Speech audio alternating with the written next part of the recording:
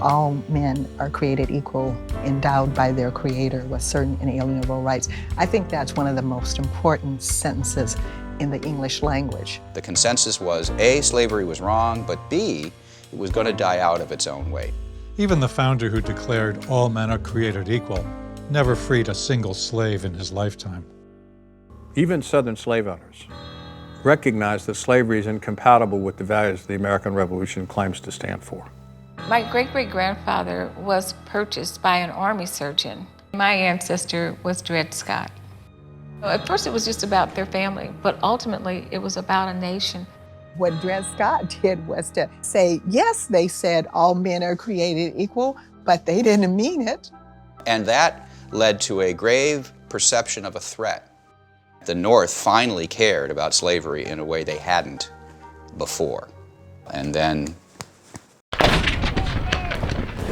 The Civil War and the constitutional amendments that followed ended the institution of slavery, but they did not make the enslaved people or their descendants truly free.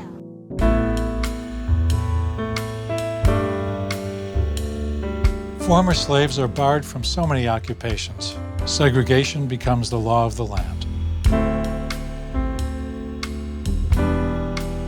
Living under segregation did something to your self-esteem, because I remember as a child saying, well, I want to go on the roller coaster at the beach.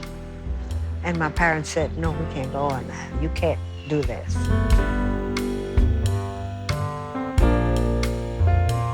No government shall deny any person the equal protection of the laws. Surely it's reasonable to interpret that as meaning that states may not deny women, who are indisputably persons, a very important equal right, namely the right to vote. And it all comes down to that key word, liberty. Freedom needs more than celebrating. It needs defending. And that takes guts.